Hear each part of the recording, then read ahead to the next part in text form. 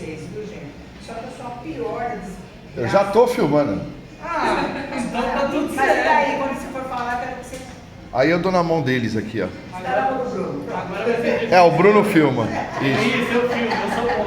Cinegrafista cego, você Então, ó, voltando. Você sabe já o posicionamento, meu amigo, eu não Já, quero nem saber. Eu vou ouvir a fala e dá pra... Exatamente. Ô Bruno, já que ele já está gravando agora, a gente agradece isso, porque são momentos únicos, a gente não vai viver outro momento. Ainda bem que eu não vou lembrar o que eu falei agora há pouco, não. Não precisa botar o que você falou. Não, é isso que eu tô dizendo, ainda bem que ele tá gravando. Então, é verdade. Então, por exemplo, você está nos passando quais são as suas experiências do dia a dia, sendo um universitário e sendo cego. Vai, continua daí. Porque, por exemplo, assim, quando o cego ele vai para uma faculdade, tem muitos cegos que não têm coragem de ir porque muitas universidades elas colocam que você não é, que ela não está preparada, eles colocam que eles vão ter muita dificuldade em encontrar materiais. E o que eu acho muito engraçado que hoje tudo está mais fácil. Por exemplo, hoje tem a tecnologia, hoje tem softwares de voz, então a faculdade ela pode se adaptar, pode baixar programas de voz no computador, ela pode pensar quando ela for fazer algo online, começar a pensar se aquilo é acessível para a pessoa com deficiência, chamar uma pessoa com deficiência para ver se aquilo é bom, se aquilo não é, sabe? Eu acho muito importante, por exemplo, igual aqui. Quando eu entrei aqui, eu vi que tinha alguns pisos para deficiente. Eu não consegui ver muito se o piso ele é acessível, mas tem muitos lugares que não são. Hoje mesmo, vindo para cá, eu passei por uma experiência que o rapaz falou assim, na Barra Funda, ele falou assim: ô moço, segue esse piso que você vai ir no banheiro, né? Segue esse piso que você vai chegar no banheiro. Aí eu falei, eu vou seguir o piso só para ele ver de lá que não vai pro banheiro. Aí eu fui seguindo o piso e o piso foi parar onde? Na parede.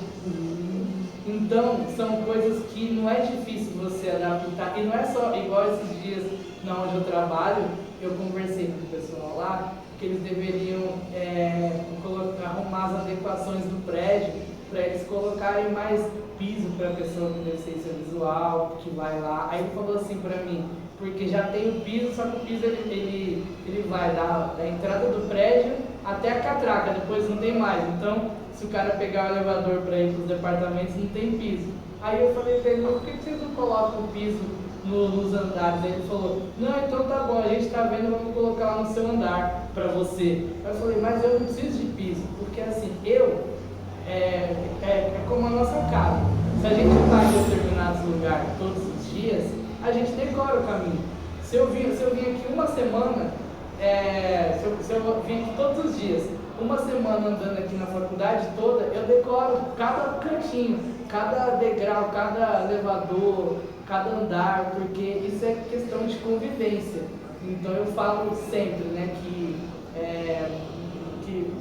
os deficientes visuais, muitos acabam se escondendo por medo, e aí que acarreta esses problemas de síndrome de pânico, tipo transtorno de ansiedade, porque pensa vocês, se vocês estivessem no lugar de uma pessoa cega, você tendo que encarar a sociedade que finge que está preparado, que eles colocam na TV, que aqueles ceguinhos que vão na Paralimpíadas e ganham as medalhas, e tá tudo certo, né, para eles, e ganha, e que bonito, exemplo de superação, mas na hora do vamos ver, não acontece. Na hora que o cara quer exercer, quer estudar, ele encontra barreiras, ele encontra, e não tem um lugar, o único lugar, tipo, não puxando o saco, mas quando eu vim estudar aqui, foi o único lugar que eu posso dizer que, mesmo eles não sabendo de nada, né, tipo, não estavam preparados,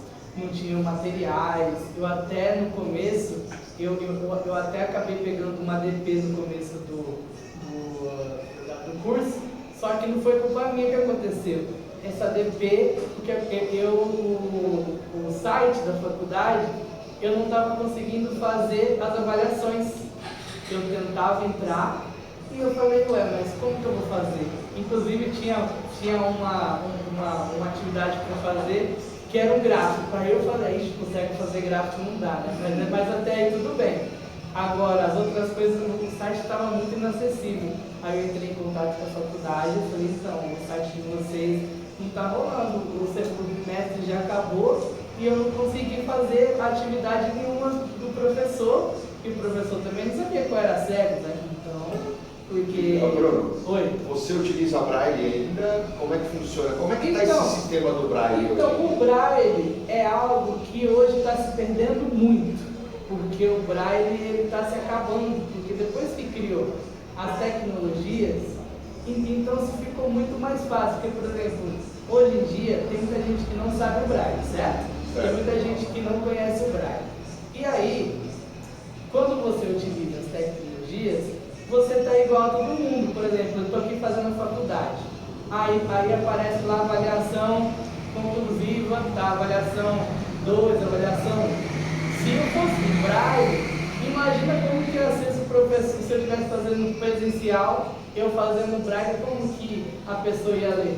Não é todos que sabem o Braille. Então, quando você usa a tecnologia, seja computador, que seja celular, então facilita muito porque você está em campo igual com todo mundo. Então, é onde o professor ele vai corrigir a sua matéria, só que isso pro cego também é muito prejudicial para os cegos que estão vindo agora. Porque, por exemplo, eu tenho contato com o Braille, eu uso muitas vezes, geralmente eu uso sempre, né? Mas tem muitos cegos que estão chegando agora, que, por exemplo, o governo ele está nas escolas, os cegos não estão usando mais a máquina de escrever em Braille e nem a Reglete, que é um outro sistema Braille também. Por quê? Porque o governo está colocando um notebook, que as aulas já vêm prontas, então o cego ele acessa aquele notebook e ele responde as perguntas lá que tem na lição e a professora corrige, está tudo certo. Só que o que acontece? O cego ele não vai ter contato com a ortografia, porque com a tecnologia, beleza, tudo bem que o programa ele fala se você estiver escrevendo errado, mas e para você ler? É como as pessoas que enxergam ler livros em aplicativos e livros físicos. Mas como que é quando é auditivo e visual? Como assim? Quando a pessoa tem algum Os problema. dois, as duas deficiências. O surdo cego, você fala? O surdo cego, ele utiliza uma vibração, ou seja, o surdo cego, ele consegue se comunicar com você através do toque. Por exemplo, vamos supor que você chega assim nele e faz assim. Aí ele vai. Isso é um tipo, oi, tudo bem?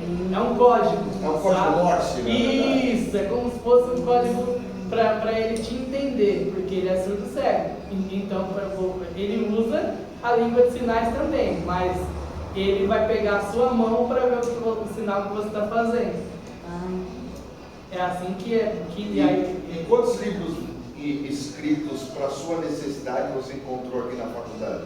Aqui eu nunca encontrei, porque também eu nunca fui atrás, então eu não sei se aqui tem, porque eu particularmente, quando eu leio algumas coisas, eu prefiro o digital, né? Porque, só que eu já tive um contato muito maior, porque eu acho que o digital, o Braille, ele é um volume muito grande. Por exemplo, se eu vou fazer uma prova em Braille, a prova tem que ser imensa, é vários volumes, sabe? É um negócio assim, estrondoso, porque os papéis eles dão muito volume. Então a tecnologia ela veio para sanar isso, ou seja, você quer mandar para mim um livro? Manda em PDF, eu pego o livro, coloco no celular e posso ler no trem, no ônibus, na faculdade, posso ler. Deixa eu dar uma cortadinha no que você está falando aí, para a gente fazer a roda girar. Como eu trabalhei na educação de jovens e adultos, e a gente tinha uma classe de deficientes visuais que a gente atendia os cegos ou as pessoas com baixa visão da região toda. E nós tínhamos todo esse material que ele falou, o computador adaptável, o Braille, outro nome lá que você falou que agora eu não lembro. Isso, para não falar besteira, né? Só que nós tínhamos a professora que cuidava deles e toda a prova que essa pessoa faz em braille, ela precisa do tradutor. Então, o que eu estou analisando até agora, eu vou devolver para o Bruno a pergunta. Eu acredito, vê se é verdade isso. Sim. Faz de conta que a filosofia daqui a pouco já vou começar a participar disso. Que a tecnologia seria uma visão mais abrangente de encarar o ser humano perante a sua independência, para que ele não fique dependendo de ninguém para ter uma tradução ou de alguém que tenha equipamentos que não são acessíveis às demais pessoas. É isso? Isso mesmo. Então, porque essa foi a ideia. Porque, por exemplo, um aluno que entrava numa sala de aula, um aluno cego. Então, a maioria dos professores não sabe o braille. Então, o aluno ele chega na sala de aula com uma máquina braille, ela pode até passar a lição para ele. Mas aí como que ela vai corrigir a lição dele? Para ela corrigir a lição dele, ela precisa mandar para uma sala de recurso igual aconteceu comigo. Para a professora entender o que eu escrevi, ela tinha que mandar para uma sala de recurso que era igual o seja que ela falou, que a Leite falou, e lá a professora corrigia, transcrevia para o normal, a caneta, para a professora entender tudo que eu escrevi, que o sistema era esse. E com essa tecnologia de notebook, uma tecnologia, né, mais avançada assim, todo mundo vai ter o tratamento igual. Tanto que na faculdade, muitos professores só foi descobrir que eu era cego depois, porque eu fazia tudo que foi pedido, fazia as provas. Tem professor que eu acho que nem sabe que eu sou cego. Então, como é que eu fiquei sabendo, né? Quando o pessoal sabe, né, a questão da minha intuição, quando eu comecei a fazer o meu livro ao vivo, que eu comecei a falar, né, dos meus textos, daí o Bruno entrou em contato comigo e falou, né, que dessa maneira, sem querer, estava ajudando, porque era uma maneira diferente dele escutar minha voz lendo o texto, né? Então, vocês percebem que de uma bobeirinha você pode estar ajudando outras pessoas sem querer, né? E como ele disse, ninguém sabe, a diretora não sabia. Daí um dia eu fiz uma entrevista com ele, porque eu trabalho, né, numa associação educacional, que estava trabalhando a questão de inclusão, eu pedi permissão, nós fizemos uma entrevista e ficou muito linda essa entrevista. Só que a moda Neide, né? Aparece o cachorro latindo, então aquela coisa toda. O cachorro foi engraçado. E daí, no final do ano, eu mandei para a diretora da faculdade. Falei, porque eu fui diretora a minha vida toda e eu sempre tive contato, porque ser diretora das escolas públicas é muito grande, mas você está em contato. Agora, diretora de uma faculdade, que tem não sei quantos cursos profissionalizantes, falei, ela é uma pessoa fantástica, não puxa um saco nenhum, tá? Porque conheci só virtualmente, depois conheci pessoalmente agora. Mas eu percebo, gente, que ela tem um lado muito preocupado com o humano. Falei, como você não conhece todos os seus alunos, estou te dando a entrevista do Bruno de presente. Essa mulher chorou. É mesmo? Chorou, ficou. Falei, mas eu não te mandei para você chorar, mandei para você ficar feliz. Chorou? Chorou demais. Pior que foi engraçada a entrevista, hein? E ainda bem que a entrevista foi engraçada. E depois ela ficou de entrar em contato com você. Não sei se entrou em contato. Não, nunca vi ela não. Eu queria ver. Ela quer te conhecer também, porque ela agora. Gente, isso é uma maneira de você incentivar programas. Sim. Isso alertou ela. Não, porque agora a gente vai criar um órgão da faculdade para pensar no que eu quero falar com o Bruno. Então você aguarda que a qualquer momento ela te acha aí, tá? Então, porque quando eu entrei aqui, eu até conversei com o pessoal, quando eu vi, eles ficaram assim, espantados, parecia que nunca tinha visto cego na vida. Eu falei, cara, que faculdade legal, acho que dá pra fazer alguma coisa aqui pra ajudar a galera. E tipo assim, porque como eu tentei várias faculdades, eu não sei o que me deu na hora para fazer pedagogia. E eu falei, eu acho que não é por acaso quando a gente vai para um lugar. A gente vai para poder fazer algo, né? Eu acho muito, eu vou muito nessa área que a gente vem para cá, para esse mundo com um propósito. E foi muito mágico. Eu lembro até hoje que eu estava um dia deitado assim no meu quarto, era umas 7 horas da manhã. Estava de férias do trabalho, era mais ou menos, acho que era outubro, por aí. Aí eu falei, preciso fazer alguma coisa da vida. Já faz tempo que eu terminei o ensino médio e não tomo vergonha na cara. Tem que fazer alguma coisa, né? Pô, se segue, for falar que é exemplo, tem que ser exemplo de verdade. Não só no que o povo acha por aí que eu não sou nada, né? Você aqui só fica aqui com o celular o dia inteiro, não quer saber de nada. Aí eu comecei a pesquisar algumas faculdades. Aí fui administração, aí fui psicologia eu achei legal. Falei, mas eu queria tentar fazer alguma coisa sobre inclusão. Eu queria aprender para falar. Eu falo tanto, mas eu não aprendi.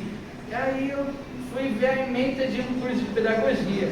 No Uninove. O Uninove é um lugar muito, né, amplo. Aí liguei na Uninove. Uma facada de preço. Mas beleza. Falei, é uma faculdade aqui, diz que é boa, né, acessível e tal. Aí eu conversei com o pessoal de lá e eles falaram, então, infelizmente o senhor não vai poder cursar agora. Eu falei, mas qual é o motivo? Eles falaram, que a gente não tem nada preparado para você. E eu expliquei, eu falei, gente, vocês não precisam ter nada preparado. O curso é online, vocês vão passar o conteúdo, eu espero que a única coisa que eu quero é que a plataforma seja acessível para a gente poder entrar. Vocês falaram que possuíam um aplicativo que eu já até pesquisei. Aí eles falaram para mim que infelizmente agora não podia e se eu tivesse que passar lá, eu precisaria passar num psicólogo. Eu falei, mas o que tem a ver psicólogo com a faculdade, né? Eu falei, não, moço, obrigado, eu não vou. E eu liguei na Flamingo, quando eu liguei na faculdade Flamingo, eles eu mandei uma mensagem, né? Achei que ninguém ia me responder. Aí uma menina respondeu. Aí ela falou, posso ligar pra você? Eu falei, nossa, essa aí acho que vai rolar, né? Aí ela ligou. Ela falou assim, então você consegue fazer o nosso vestibularzinho que a gente tem? Aí ela falou, consigo. Online, você manda pra mim o link que eu faço. Ela falou, então você me desculpa, a gente não tem nada assim, a gente é novo, a gente nunca pegou ninguém assim, ainda mais em AD com deficiência visual, né? E eu falei, não tem problema, só o fato de vocês quererem, eu acho que já é muito importante, você abrir portas, sabe? E aí ela me passou, eu fiz, ela falou, nossa, ficou muito bom, você fez uma redação excelente e ela matou a curiosidade dela de cego. Ela falou, posso fazer umas perguntas para você? Aí perguntou como que eu consegui fazer, como que era a minha vida de cego. Eu falei, perguntei, já estou acostumado com isso, né? E ela perguntou, ela achou fantástico, ela falou, não, eu vou conversar com o pessoal aqui, mas você já está dentro, você pode vir aqui um dia para a gente conhecer, para você conhecer a faculdade, você consegue chegar aqui? Eu falei, então, você manda o endereço que eu chego. Ela, não, mas você tem algum problema em chegar? Não, a gente coloca no GPS, vai entrar em alguma coisa errada. Tanto que eu entrei num prédio ali errado, achando que era faculdade, não era. Era uma condomínio. O cara, não, moço, faculdade não é aqui não, eu acho que é do outro lado lá. Aí eu falei, tá bom, obrigado. E aí depois eu achei a faculdade, vinha, a matrícula, e tipo, o que eu falo do acolher, né? O que eu falo, eu falei, se eu entrei naquele lugar não foi por acaso. Ô Bruno, você me falou que você tem tudo, uma aparelhagem, né, esse recurso assistivo, que o computador faz essa decodificação para você. É fácil adquirir esse equipamento todo? Sim. O governo te dá uma colher de chá? Não, Nada. o governo não dá nada. O governo só piora. Porque assim, na verdade não precisa de uma aparelhagem. Por exemplo, computador é um computador normal. Não é um computador braille, igual tem desde casa que a gente usa computador em braille, mas não é, computador normal. E existe um programa, um leitor de tela, chamado NVDA, que é um leitor de tela para cegos. E ele é gratuito e ele é baixado no computador. Ou seja, então você tem acesso a esse NVDA e você pode usufruir do computador, você pode ir normalmente. Tanto por exemplo aqui, eu estou com o celular. Peraí. Ó, aqui ele fala meio baixinho. Mas, por exemplo, eu consigo entrar no WhatsApp, eu consigo. Depois eu posso mostrar depois para vocês cada um. Então, ó, por exemplo, eu estou no WhatsApp. E ele vai falar. E a velocidade de fala que o Bruno entende é 3, 4, 5 vezes maior do que a nossa, tá? E é porque assim, por exemplo, o programa ele tem várias velocidades, então a gente que escolhe a velocidade que a gente quer. Então como eu gosto das coisas mais rápidas, eu acostumei com a velocidade 90, então uma velocidade rápida, né? E que dá para entender, é assim que eu leio livros também. Então, tipo, é algo que não é difícil, só precisa querer. Eu acho que o maior erro das instituições, dos lugares, é a pessoa limitar antes de saber, sabe? Antes de entender a coisa como ela é. Né? Querer limitar sem saber se há limitações, Sim, né, Bruno? agora você falou tudo, é isso mesmo. Ô Bruno, dá um alô pro pessoal que não escutou. Como é que foi a tua trajetória de escola, desde pequenininho, bem rapidinho? Então, a minha trajetória de escola se iniciou lá porque eu não... eu comecei a estudar numa escola, chamava-se Luiz Braille, lá em Jundiaí, né, que Jundiaí é uma cidade próxima da onde eu moro, né? Então era o único lugar que tinha. E aí quando eu comecei a estudar nessa escola em Jundiaí, eles falaram que eu teria que entrar numa escola normal, porque eu teria que conviver com os alunos, né? Porque eu era cego, mas lá não era uma escola tipo primeira, quarta série, lá era uma escola para você aprender, por exemplo, o braille, aprender a fazer comida, aprender a amarrar sapato, aprender a se trocar sozinho, alguma coisa que você não sabe, atividades da vida diária. Mas, porém, eu tinha que ir para uma escola para eu realmente cursar primeira, segunda, terceira, quarta série, quinta. Então, eles falaram que eles iam me dar esse apoio e minha mãe começou essa caça de escolas e nenhuma aceitava. Eles falavam que eu não podia estudar lá porque eu não enxergava, eu não estava preparado para atender e ainda não era lei, né? Não era lei, não era as escolas, não era obrigado a pegar deficiência. Foi então que eu consegui uma vaga numa escola em Jundiaí. Em Jundiaí foi muito boa a escola. Eu entrei, conheci a galera, só que o que mais me marcou foi os profissionais, ou seja, a professora. A professora já chegou. Gente, esse é um novo amiguinho, ele é especial. Vocês tomem muito cuidado com ele. Aquilo me marcou muito, porque tomem cuidado porque, gente, eu sou moleque, eu corro, se alguém mexer comigo eu brigo também. Cuidado porque eu não sou de vidro não, gente. Então você tinha que... Ali já começou a minha trajetória de ter que provar para as pessoas alguma coisa. Então, e ela, essa professora, eu percebi que ela não queria aprender a lidar comigo, porque a escola Jundiaí até chegou aí lá, ela fez algumas coisinhas, falou que ia aprender, mas não aprendeu, e ela deixava eu num canto. E aí, inclusive lá teve uma vez que era na hora da leitura, né? Que ela começou a contar algumas histórias e ela pediu para os alunos desenharem alguns personagens que eles entenderam, fizeram sentido para eles. Aí eu falei, como uma professora dessa pode fazer isso e não fazer alguma coisa para eu ser incluído, né? Desenhar, como que serve vai fazer? Só que ela não fez nada, ela largou eu lá no cantinho, né? Deixou eu lá quietinho lá, e o povo fazendo os desenhos e eu não. E eu comecei a me frustrar muito. Aí eu cheguei em casa, no segundo dia de aula, o que eu fiz? Peguei uns lápis de cores, né, que tinha em casa, peguei caneta, peguei um estojo de material escolar todo e um caderno velho. A minha mãe, mas por que você quer isso? Eu falei, eu quero levar para a escola. Porque nessa época também, eu tinha um problema que eu não me aceitava muito cego, eu tinha vergonha. Eu queria, ser um cara que enxergava.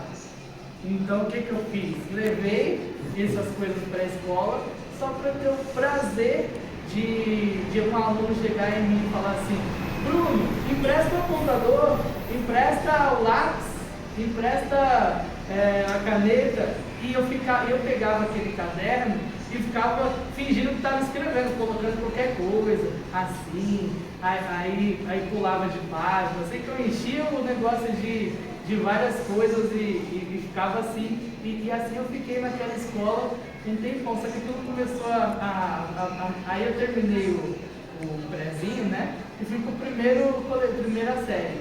E foi pior ainda. Era uma outra professora que não sabia lidar com deficiente, só que essa ela não deixava nem eu levar os lapisinhos que eu gostava. Ela falou pra mim que eu era tonto fazendo isso.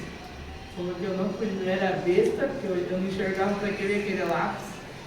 E aí eu comecei a não levar, só que eu entrava na sala de aula, como ela não dava nada para eu fazer, eu dormia. Eu ficava com sono e dormia na sala. E aí depois eu tive um problema de conjuntivite muito forte, e acabei faltando muito, e eles acabaram repetindo esse ano. E minha mãe, vendo que lá não estava fazendo bem para mim, a gente voltou para Francisco Morato, e ela conseguiu uma vaga para mim numa escola de Francisco Morato. E quando eu não esperava mais nada assim, de professor bom, aparece um anjo, uma professora. Então, corta para mim aí, você fala do anjo.